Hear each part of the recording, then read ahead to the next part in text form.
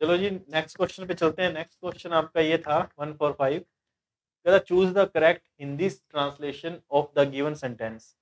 आपको ट्रांसलेशन का वैसे इसमें साफ साफ मेंशन किया हुआ था सीईटी के जब सिलेबस के अंदर की ट्रांसलेशन आ सकती है हिंदी टू इंग्लिश और वाइस वर्सा बोला था।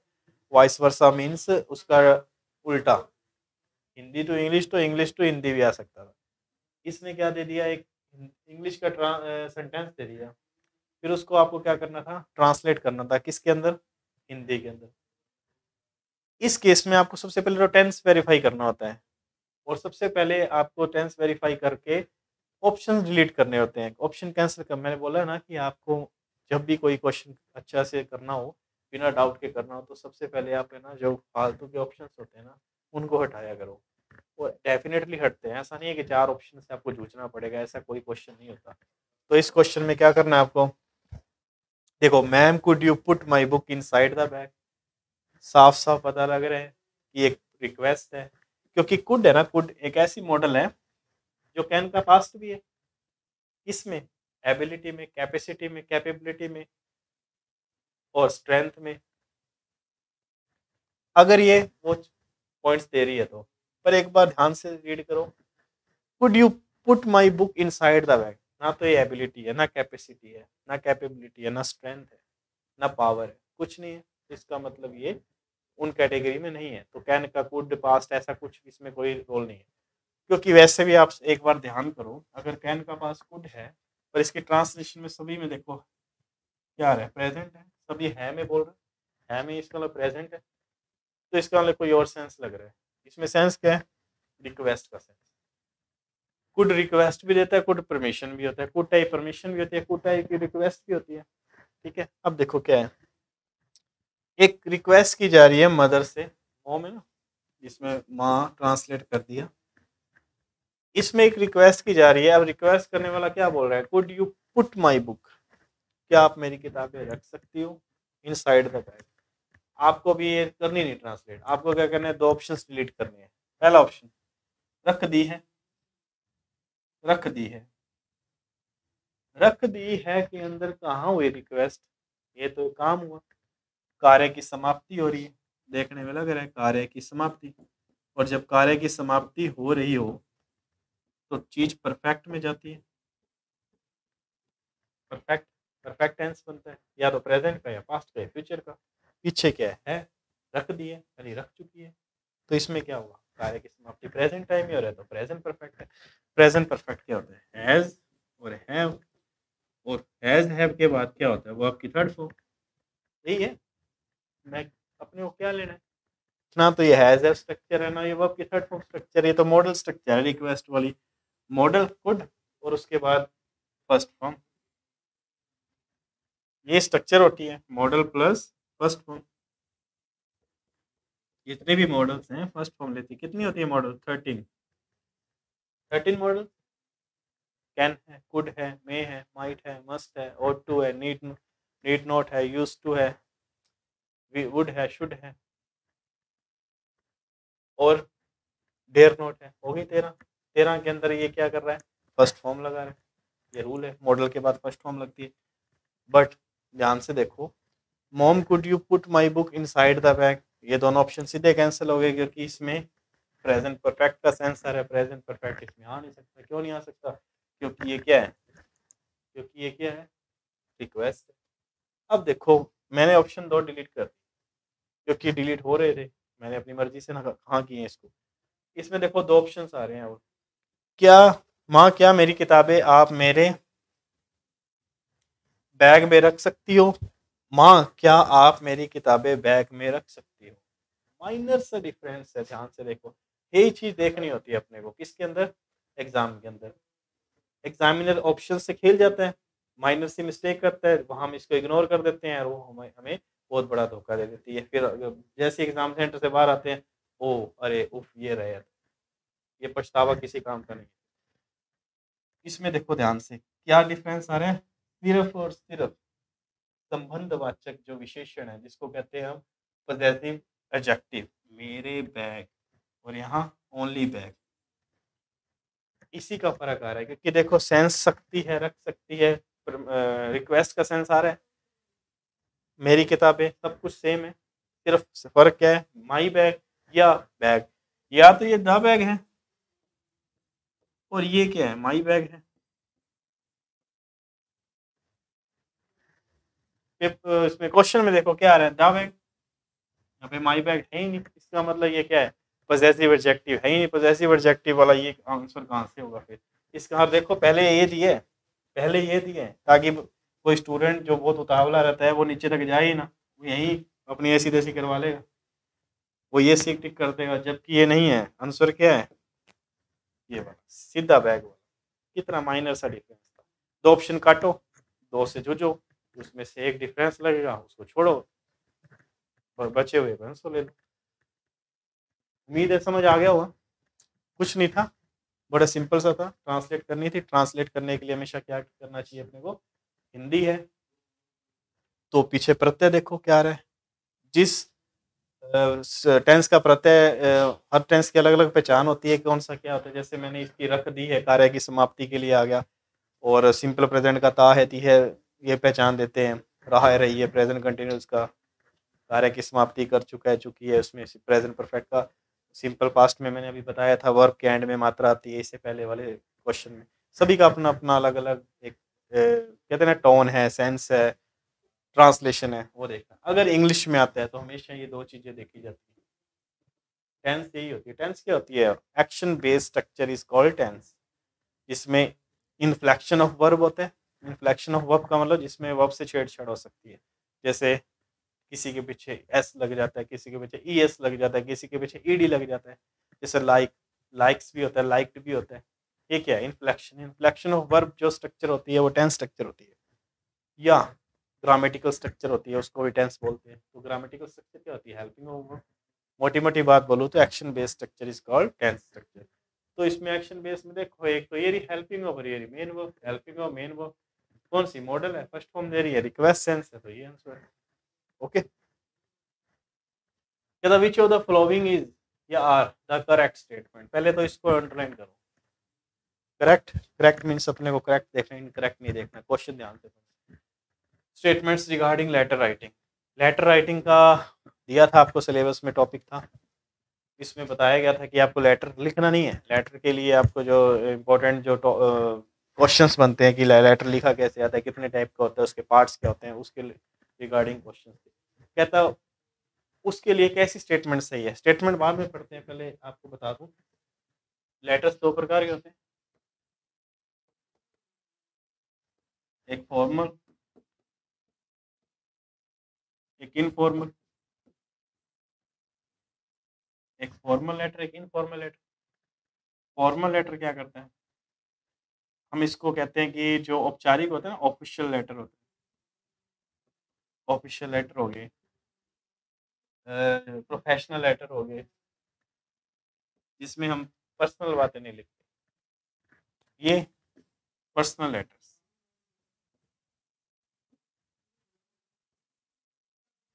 पर्सनल लेटर अपनों को लिखे जाते हैं, फैमिलीज है, रिलेटिव्स हैं, रिश्तेदार हैं, फ्रेंड्स हैं, उनको लिखे जाते हैं।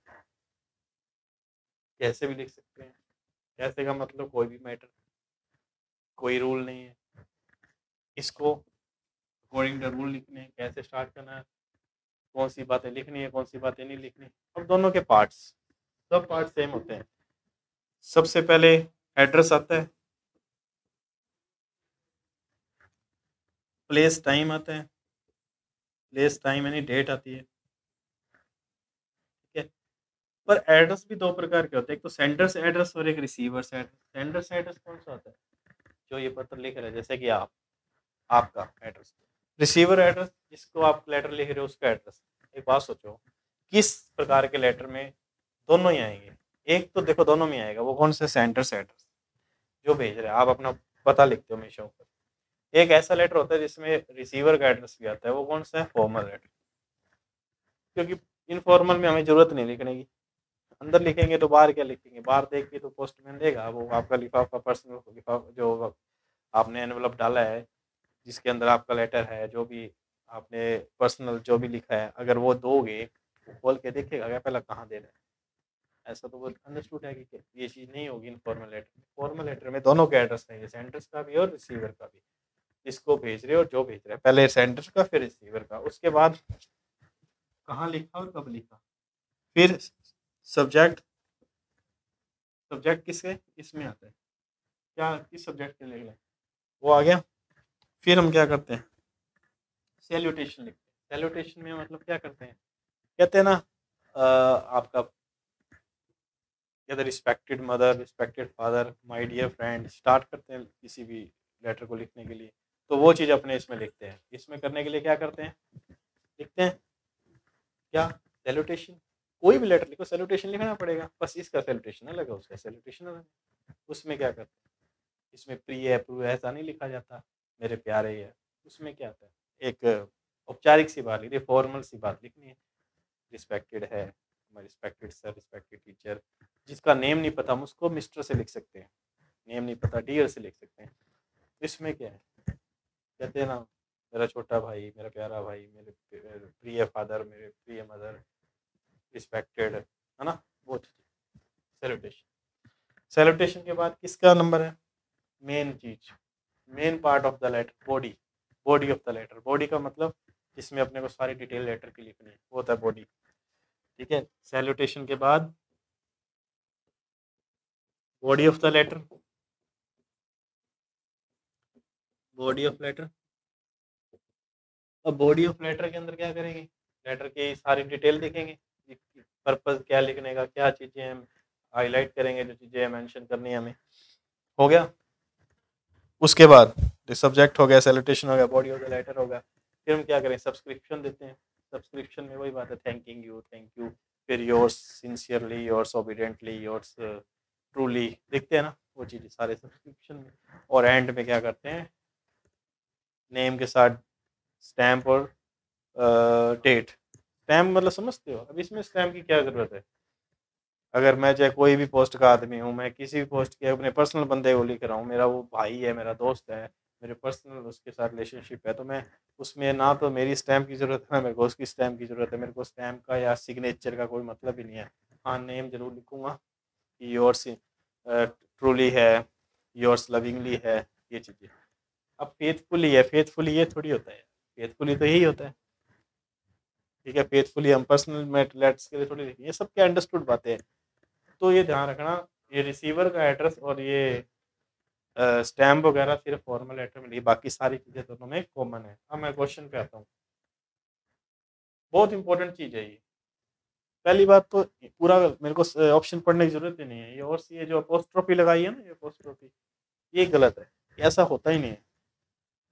ये जो सब्सक्रिप्शन है इसको ऐसे लिखा जाता है, योर्स ट्रूली।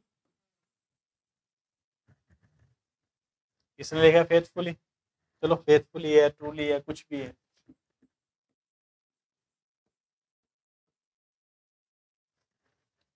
ये इसको बोलते हैं पजेसिव प्रोनाउन, ये है पजेसिव एडजेक्टिव, अगर योर अकेला है तो। पर ये क्या कर दिया इसने, अपोस्ट्रोफी लगा दी, कभी अपोस्ट्रोफी नहीं लगती है, विदाउट अपोस्ट्रोफी क्या आता है, सब्सक्रिप्शन आता है पजेसिव प्रोनाउन के रूप में। और अकेला योर लिखा होता है, योर भी कुछ नहीं होता, कई बार ऑप्शन में आ जाता है योर ट्रूली, तो ये भी कुछ नहीं होता है, क्योंकि योर क्या है, एडजेक्टिव, पजेसिव एडजेक्टिव, इसके बाद नाउन आना चाहिए, कोई ना कोई नाउन आना चाहिए, नाउन आ ही नहीं रहा, तभी एडजेक्टिव होगा ना। तो ये तो क्या है, ट्रूली, तो इसका मतलब ऐसा भी कुछ नहीं होता, तो ये ऑप्शन सीधा कैंसिल है, सीधा कैंसिल है। और पेपर में आपको नेक्स्ट क्वेश्चन आ गया ये, तो मेरे ख्याल से अभी स्लाइड वो शायद नहीं है जिसके अंदर ये ऑप्शन दिए गए थे कि हाँ जी ए और बी, ए बी सी तीनों, ए बी सी डी चारों, ऐसा कुछ। पर आपके पास एग्जाम पेपर होगा, आप उसमें देख लेना, मैं आपको राइट आंसर बता रहा हूँ क्या है। पहला कैंसर, सेकंड पढ़ो, the right sequence of writing a letter to the editor is. पहली बात तो देखो किसको लिखना है, एडिटर को, तो ऑब्वियस सी बात है एडिटर पर्सनल लेटर में नहीं आएगा, इनफॉर्मल में नहीं आएगा, किस में आएगा, फॉर्मल लेटर में। जब फॉर्मल लेटर में आएगा तो किस में आएगा, फॉर्मल लेटर्स के रूल्स रेगुलेशंस उसमें आएंगे, जो मैंने आपको बताए थे, सेंडर्स का, रिसीवर्स का एड्रेस वगैरह ना। तो इसमें देखो बातें फॉलो हो रही है, सेंडर्स का एड्रेस ऑब्वियसली आएगा, रिसीवर का एड्रेस ऑब्वियसली आएगा, सब्जेक्ट आएगा, बोला था, सैल्यूटेशन आएगा, बोला था, बॉडी ऑफ द लेटर ये तो मेन चीज़ है, main part of the letter, subscription आएगा, डेट आई। बिल्कुल फॉलो कर रहे हैं सारे के सारे पॉइंट्स, किसको, एडिटर को लिख रहे हैं, एडिटर यानी संपादक है, जो भी कोई न्यूज़पेपर का है, किसी मीडिया का है, कोई न्यूज़ चैनल का है ना, तो उसके लिए ये बिल्कुल पॉइंट सेट बैठता है। नेक्स्ट पॉइंट देना, क्योंकि उसने बोला है correct statement is there are, एक स्टेटमेंट सही है तो इज लगाओ, 11 स्टेटमेंट सही है तो आर लगाओ, हमें एक तो मिल गया, आगे देखते हैं, एक तो कैंसिल ही होगी हमारी। The right format of writing date in all formal letters, formal letters में जितना भी फॉर्मेट होता है, जो फॉर्मल लेटर लिख रहे हैं हम, उसमें ना डेट लिखनी पड़ती है, मैंने बोला था डेट भी एक इसका एक पार्ट होता है। उस डेट के अंदर हम क्या करते हैं, या तो ऐसा लिखा जाएगा, किसके बजाय, इंस्टीड ऑफ, यानी के बजाय, किसके बजाय, इसके बजाय, ऐसा हो सकता है, ऐसा लिखा जा सकता है लेटर में, ऐसा नहीं लिख सकते लेटर में। लेटर का फॉर्मेट ये होता है डेट में, उस तारीख का जो अंक है न्यूमेरिकल, फिर उसका मंथ, मंथ नेम, और फिर जो ईयर है, ये होता है date, month and year.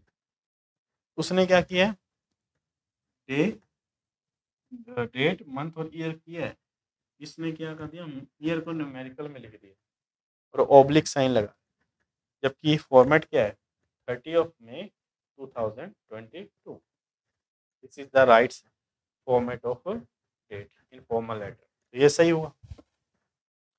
Yours, देखो ये योर्स सही है ना, ये क्या है, प्रोनाउन आ गया, पॉसेसिव प्रोनाउन आ गया, ट्रूली ऑब्वियस है, बिल्कुल सही है, is used for ending an informal letter, सही है, एंडिंग कर सकते हैं इसका। तो इट मीन्स बी, सी और डी का जो ऑप्शन वाला आपका जो भी ऑप्शन आ रहा है पेपर में, मेरे को नहीं पता वो कौन सा ऑप्शन है क्योंकि अभी इसमें एक स्लाइड नहीं है, वो आपका करेक्ट है। सिर्फ जिसमें मैं इसलिए ऑप्शन देख रहा था, स्लाइड का देख रहा था, कि जहाँ मेरे को ऑप्शन में ए दिख रहा है वो ए वाले सीधे काटूंगा मैं, ए ऑप्शन वाला ऑप्शन कैसे सही हो सकता है, ए पॉइंट तो है ही नहीं, ए स्टेटमेंट रॉन्ग है, तो ए स्टेटमेंट वाला जो भी ऑप्शन रहेगा वो आपका बिल्कुल गलत रहेगा एकदम। तो आपको बी सी डी देखना है तीनों। Next, filling the blank spaces in the given, spaces दिए इसका मतलब 11 ब्लैंक स्पेस है, एक स्पेस और दो स्पेसेस हैं।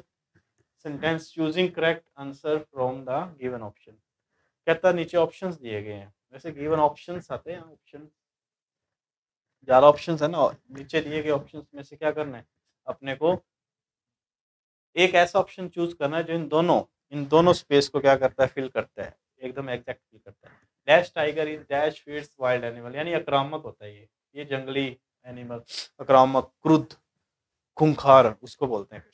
वाइल्ड एनिमल एक जंगली जानवर है, ऑब्वियस है, अकेला ये टाइगर थोड़ी है, हर टाइगर है, जो भी टाइगर है, जो भी स्पीशीज टाइगर में जो भी टाइगर स्पीशीज में आ रहा है वो क्या है, यही है, सभी की कॉमन क्वालिटी है। तो ये क्या हुआ है, जनरल केस हुआ या स्पेसिफिक केस हुआ, ये जनरल केस हुआ या स्पेसिफिक केस हुआ, स्पेसिफिक केस थोड़ी है ये तो अकेला यही थोड़ी है टाइगर, फेयर्स वाइल्ड एनिमल सारे टाइगर हैं। अपने कहते नहीं ना dog is a faithful animal, the dog क्यों बोल रहे हैं, क्योंकि सारे कुत्ते क्या होते हैं, सारे डॉग के डॉग फेथफुल एनिमल कैटेगरी में आए थे। The cow gives us milk, the cow क्यों, बिकॉज हर गाय दूध देती है, तो वो क्या है, जनरल केस है। जनरल केस में क्या करेंगे, दा यूज कर रहे हैं इसके लिए दा। जब एक आर्टिकल एक स्पेस भरने से दो ऑप्शन सीधे जा रहे हैं तो आप उनको क्यों काउंट करते हो, काउंट करना ही नहीं है, हमेशा दो ऑप्शन से खेलना है अपने को, हर एग्जाम की स्ट्रेटेजी होती है तो उसको क्रैक करने की, सही क्वेश्चन करने की। दो हो गया, या तो दा और ए या दादा, दा और कहानी कहाँ खत्म हो रही है, या तो यहाँ ए आएगा या यहाँ दा आएगा। अब सोचो, दा से हो सकता है the tiger is the fairest wild animal, वो स्पेसिफिक केस बन रहा है, ऐसा कुछ नहीं बन रहा ना, तो वो जनरल केस की बात हो रही है ना स्पेसिफिक केस की बात हो रही है। देखी जाए तो ये क्या एनिमल, सिंगुलर एनिमल है, सिंगुलर एनिमल है, टाइगर एक की बात हो रही है, इज सिंगुलर एनिमल है, तो कैसा है, एक का सेंस आ रहा है, देखो ए फियर्स वाइल्ड एनिमल, ठीक है, इसका मतलब क्या है, एक क्रुद्ध, आक्रामक, खूंखार जंगली जानवर है। अब एन भी तो आ सकता है, हालांकि ऑप्शन में एन नहीं है, फिर भी एन और ए में डिफरेंस क्या होता है, कहते हैं कि जैसे जो वाउल साउंड्स होते हैं ए ई आई ओ यू, उनके लिए हम क्या करते हैं, ए लगाते हैं, सॉरी एन लगाते हैं। और जो कॉन्सोनेंट साउंड होते हैं, जो भी ए ई आई ओ यू के अलावा जितने भी 21 लेटर रह गए, टोटल 26 थे, उसमें से 5 वाउल हो गए और 21 हो गए जो कॉन्सोनेंट्स हो गए, इनके साथ हम ए लगाते हैं सर, इनके साथ एन लगाते हैं। तो F is a consonant sound, तो हम ए यूज़ कर रहे हैं। बट एक बात है, अगर आप इंग्लिश के वाउल कॉन्सोनेंट देख के अगर ए एन भर रहे हो तो कुछ केसेस में गलत हो सकते हैं। जैसे यूनिवर्सिटी है, ठीक है, हम क्या करते हैं, यूरोपियन करते हैं। देखने में तो यू और ई से स्टार्ट हो रहे हैं, देखने में क्या लग रहा है, वाउल लग रहे हैं, पर एक्चुअल में साउंड किसका दे रहे हैं, कॉन्सोनेंट का। तो ये क्या करेंगे, ए आएगा, एन की जगह ए आना चाहिए। फ़र्क क्या है, फ़र्क क्या है, ये फ़र्क है कि जब आप हिंदी के वाउल और कॉन्सोनेंट्स देखते हो ना, इसको हम कहते हैं हिंदी के स्वर व्यंजन। कौन से, हिंदी के एन आर से एन खाली वाले, वो वाउल। क्या कबूतर से क्या ज्ञानी वाले, वो कॉन्सोनेंट्स। वो सारे के सारे जब काउंट किए जाते हैं तो उसके अंदर हम क्या करते हैं, यहाँ ए एन का रूल सेट बैठता है। आप उसको क्या करो, हिंदी में ट्रांसलेट करो, पहले तो उसकी प्रोनाउंसिएशन करो सही। फिर फिर फिर मतलब एफ, फ, फ, फ आ रहा है, फ आ रहा है, तो क्या है ये, कॉन्सोनेंट है, व्यंजन है हिंदी का। ये हिंदी का व्यंजन है तो भी ये, इंग्लिश का व्यंजन है तो भी ये, हिंदी का कॉन्सोनेंट है, इंग्लिश का कॉन्सोनेंट है, हिंदी का व्यंजन है तो भी ए लगाना है, और हिंदी का वाउल है या इंग्लिश का वाउल है तो भी एन लगाना अपने को। पर ये क्या है, फै, फै मतलब क्या होता है, व्यंजन, व्यंजन होता है। तो आंसर क्या है, द और ए, द और ए। समझ आ गया होगा। फिर भी कोई डाउट हो कमेंट सेशन में लिख सकते हैं।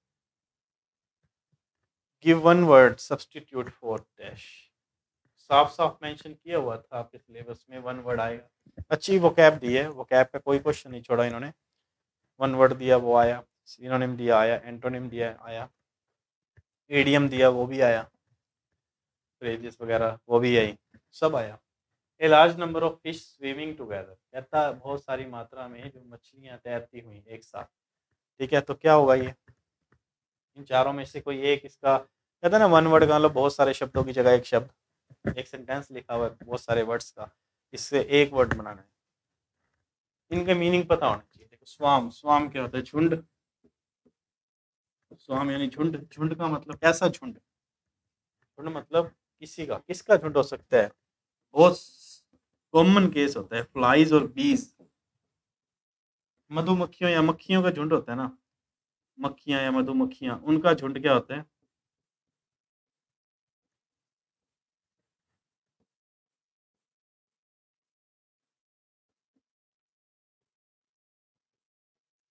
मधुमक्खियों या मक्खियों का झुंड क्या होता है हमेशा, स्वाम बोला जाता है, स्वाम ऑफ फ्लाइज, स्वाम ऑफ बीज।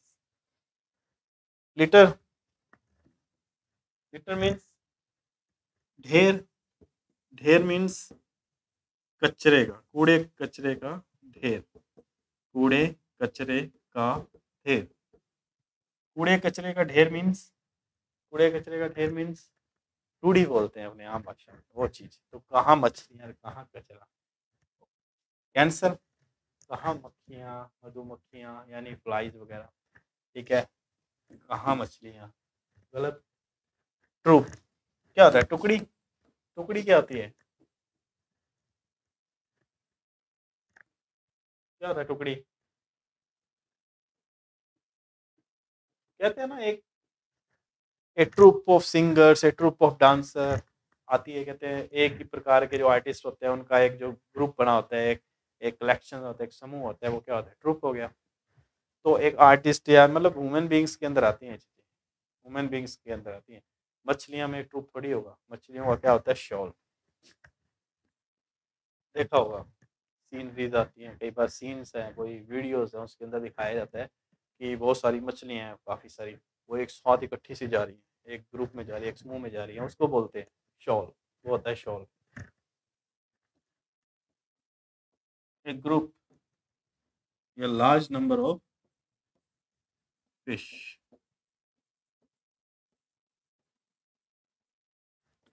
a group of fish, a large number of fish is called shoal. Right answer is shoal.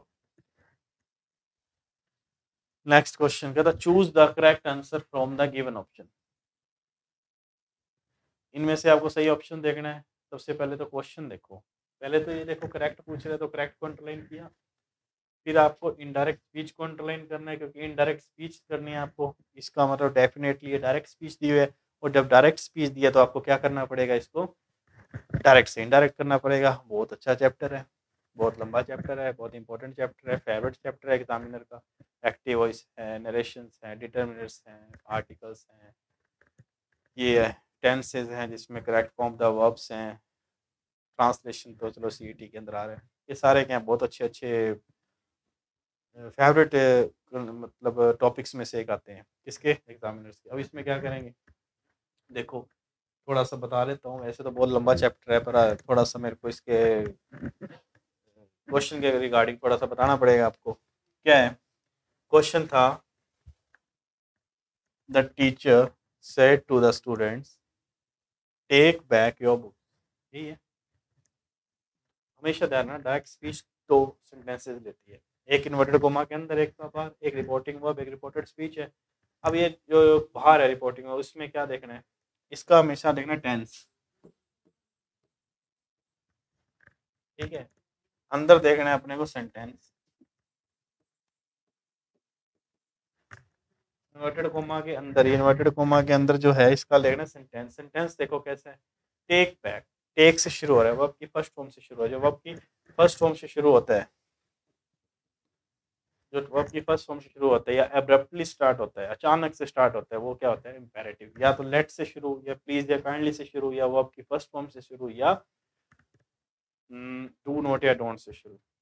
Abruptly हो रहा है, क्या करो, टेक बैक हो, तो अपनी बुक्स क्या कर लो, डालो। अब क्या करना है इसमें देखो, सेंटेंस ये है, टेंस ये है। जब बार पास्ट पढ़ा हो तो अंदर सब कुछ चेंज होता है, प्रोनाउंस वगैरह भी चेंज होते हैं एंड टेंस भी चेंज होता है। जब बार प्रेजेंट पढ़ा हो तो अंदर टेंस चेंज नहीं होता, ना ही वर्ड्स चेंज होते हैं, सिर्फ प्रोनाउंस वगैरह चेंज होते हैं। पर देखो प्रोनाउंस है या ये जो ये ना, योर बुक, योर क्या है, एडजेक्टिव है, पॉसेसिव है, तो पॉसेसिव तो चेंज होगा ही होगा। अंदर के जो भी प्रोनाउंस हैं, पॉसेसिव्स हैं, या वो चेंज होंगे ही होंगे। क्यों होंगे, बार कोई मर्जी टेंस, फिर क्या है। तो अब ये देखो, ये तो चेंज करना ही करना है। अपने ज़्यादा डीपली ना घुसें, अपने को इनडायरेक्ट स्पीच या स्पीच का पता ही ना हो, अपने को इतना पता है ना कि ये चेंज होते ही हैं बार, कोई भी टेंस हो। वैसे ही पास्ट है, पास्ट तो सारा जुगाड़ चेंज होता है सारा अंदर।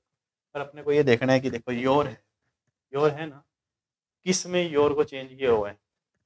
पहला ऑप्शन देखो, told the student to take bag, इसमें तो छोड़ ही दिया, इसमें तो पॉसेसिव ही छोड़ दिया, ना तो योर ना योर का बदला रूप। कैंसिल करो इसको, ये बाद में बता रहा हूँ आपको, टोल्ड, आस्क, ये सब क्या है। पर पहले जो चीजें सीधे देखने से कैंसिल हो रही है, एक चीज देखने से कैंसिल हो रही है, वो करते हैं अपने। तो टेक बैक बुक छोड़ दिया इसने, ऐसे बुक्स चाहिए, छोड़ दिया इसने, ना योर ना योर का बदला रूप। बचे दो ऑप्शन, अब दो ऑप्शन से खेल सकते हैं आराम से, दो ही तो बच्चे हैं, चार में से दो ही तो अपने ऑप्शन है। देखो क्या करना है, the teacher ordered the students to take back. ये जो ऑर्डर्ड है, रिक्वेस्टेड है, सजेस्टेड है, एडवाइज्ड हैं, ये सेंटेंसेस इंपेरेटिव सेंटेंसेस होते हैं। जब इंपेरेटिव सेंटेंसेस होते हैं तो हम क्या करते हैं, वो सेंस लगाते हैं जो सेंस आ रहे हैं। देखो टेक योर, टीचर क्या करेगा, स्टूडेंट्स को ऑर्डर ही देगा, ऑब्वियस है। तो जो स्टूडेंट्स ऑर्डर को देख के पता क्या करते हैं, कहीं अभी टीचर है स्टूडेंट है सर, अपने तो ऑर्डर ही होगा, और ऑर्डर तो एक ही ऑप्शन में ना, तो इसमें ना इसमें अभी आराम से, ये सही है। अपना एक अलग सा लॉजिक लगा रहे हैं, चलो ठीक है लगा रहे हैं, कोई दिक्कत नहीं है, ऑर्डर आ जाता है। पर एक बात उनको सुननी चाहिए, समझनी चाहिए, देखनी चाहिए कि the teacher ordered the students तक बात खत्म थोड़ी हो रही है, मेन बात तो आगे स्टार्ट हो रही है। टू कंजक्शन लगा है, जब इंपेरेटिव सेंटेंस अंदर होता है, रिपोर्टेड स्पीच में जब इंपेरेटिव सेंटेंस आता है, इन्वर्टेड कोमा में इंपेरेटिव सेंटेंस आता है, तो उसका कंजक्शन या उसका कनेक्टिव टू जोड़ा जाता है। टू कनेक्टिव वैसे सभी में जोड़ा हुआ है, कोई दिक्कत नहीं है। इसका टू जोड़ दिया, टू जोड़ने के बाद हमेशा सेम आगे वाली प्रोसेस, की फर्स्ट फॉर्म आ गई, बैक आ गया, फिर योर का योर लिख दिया इसने, चेंज ही नहीं किया।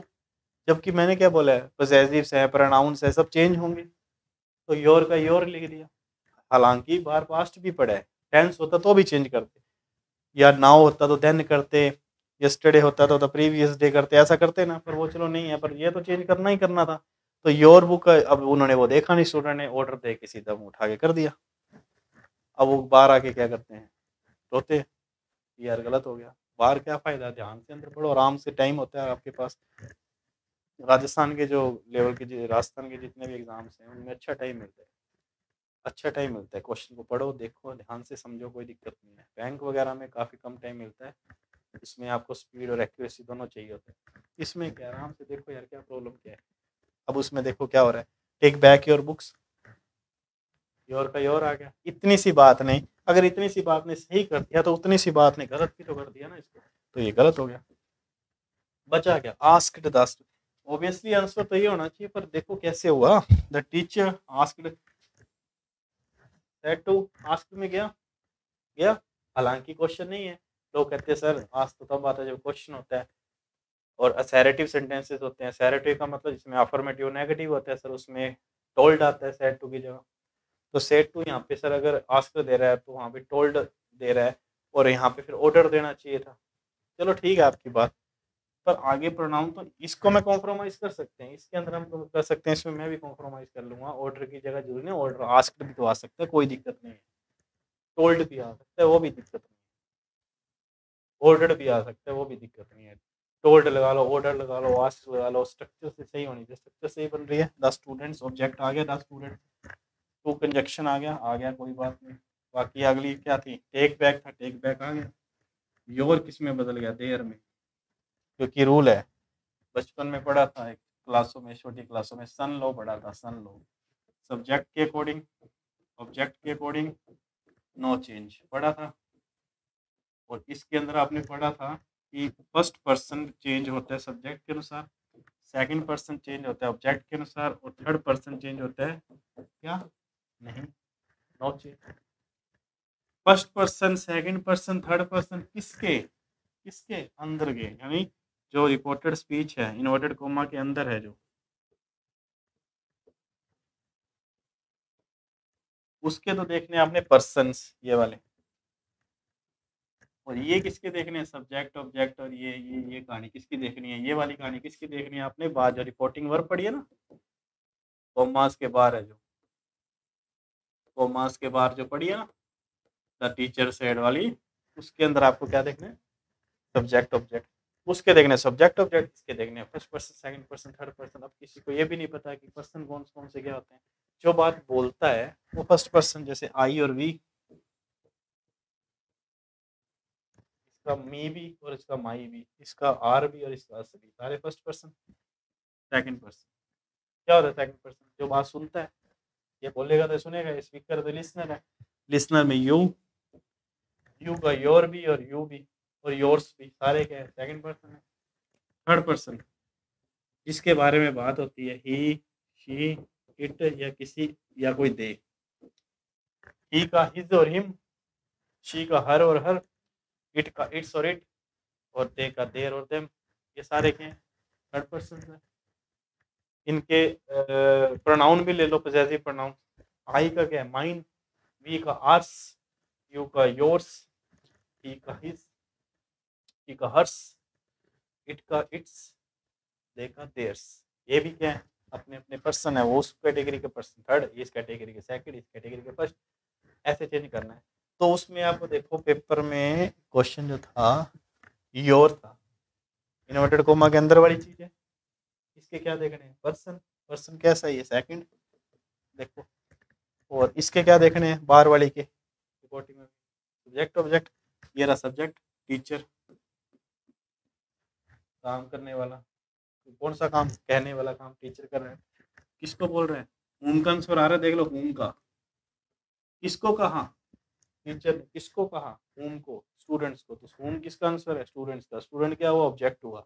व्हाट का आंसर आता तो भी ऑब्जेक्ट होता, तो क्या कहा नहीं पता, नहीं आंसर आ रहा तो एक ऑब्जेक्ट नहीं है। किसको कहा, स्टूडेंट्स को कहा, तो होम का आंसर आ रहा है तो ये ऑब्जेक्ट हुआ। इसके सब्जेक्ट ऑब्जेक्ट, इसके प्रोनाउन, ठीक है। इसका क्या है, एक ही लेगा है, कौन सा, ये है पॉसेसिव एडजेक्टिव योर। इसका देख लिया पर्सन, कैसा पर्सन, सेकंड पर्सन।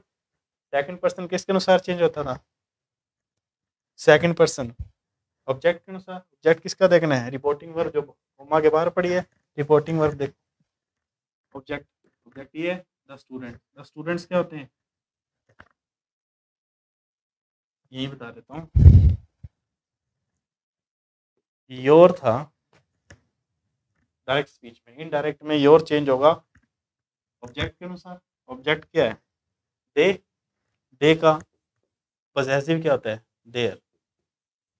दे का पॉसेसिव क्या होता है? देयर। जब देयर आएगा तो क्या होगा? यहाँ देयर वाला ऑप्शन है, सही होगा।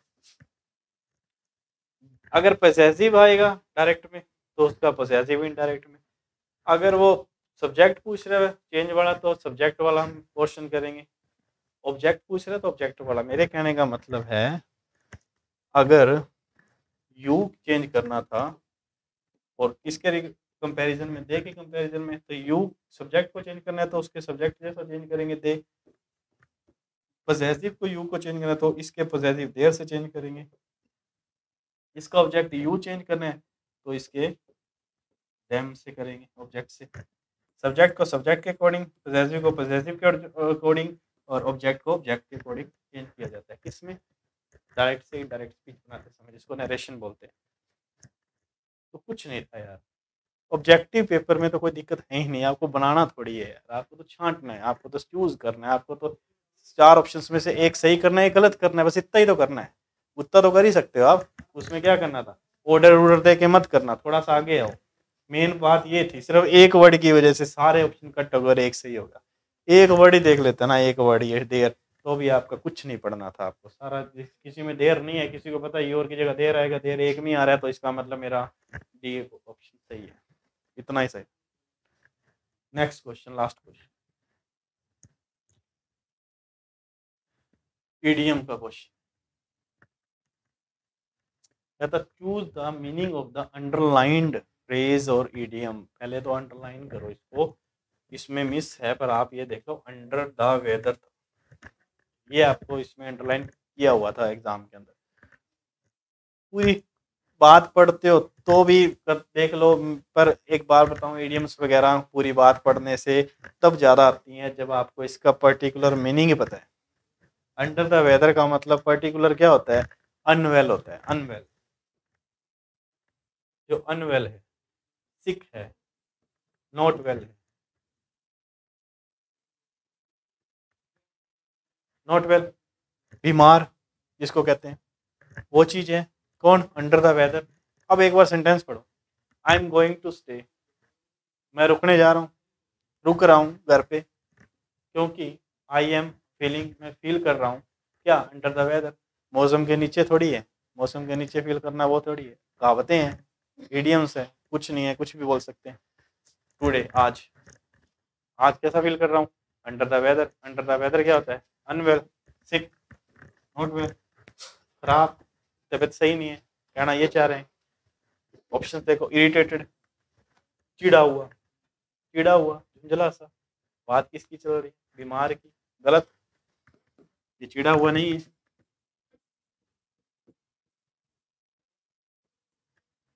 ठीक है, एडजेक्टिव है सारे के सारे, सारे एडजेक्टिव हैं, ऑप्शंस में एडजेक्टिव है, क्योंकि एडजेक्टिव कुछ है, जैसा क्वेश्चन पूछेगा आप वैसे ऑप्शन उठाएंगे। चिड़ा हुआ एडजेक्टिव है ये। कैसा? झुंझला, झुंझला हुआ या झुंझला सा। झुंझला जाते हैं, चिढ़ जाते हैं हर बार, वो चीज। कैंसल, डिप्रेस्ड, क्या था? डिप्रेस, तनावग्रस्त, तनाव। अनवेल थोड़ी है, जरूरी थोड़ी है कि अनवेल बंदा ही तनाव में। वेल भी हो सकता है, हेल्दी पर्सन भी हो सकता है। ठीक है, क्या होता है? जो मेंटली वीकनेस है, मेंटली जो अनवेल है, वो क्या है? डिप्रेस्ड है। डिप्रेस्ड क्या होता है? तनावग्रस्त, तनावग्रस्त। ठीक है, अपना नहीं है आंसर ये। मेरे को क्या चाहिए? अनवेल। ये क्या? अनहैप्पी, नाखुश। नाखुश का क्या करें अपने? कुछ नहीं, बचा क्या? सिक, अनवेल, बीमार। जब साफ इसमें समझ ही आ रहा है तो क्या आंसर है अपना? ये आंसर इसका सही है। तो ये तो थे आपके शिफ्ट 1 के, 7 तारीख का जो शिफ्ट 1 हुआ था, उसमें 141 से 150 तक के जो क्वेश्चंस आए थे सीईटी के अंदर इंग्लिश के, वो इसका सोल्यूशन था। आई होप अच्छे से समझे होंगे। टाइम कम होने की वजह से मैं इसको शॉर्ट में समझा पाया। और अगर आपके कमेंट में अगर आप कुछ और भी पूछना चाहो, कोई टॉपिक्स अलग से समझना चाहोगे तो कोई दिक्कत नहीं, आप लिख सकते हो, वो मैं डिटेल में ले आऊँगा वो जो भी टॉपिक होगा। और आज के लिए एक बार ये जो सेशन था, उम्मीद है पसंद आया होगा। और अब मैं अपने नेक्स्ट शिफ्ट के लिए क्वेश्चन देखेंगे जो 141 150 आए थे, सेकंड शिफ्ट 7 जनवरी की। Till then take care yourself. Okay, thank you.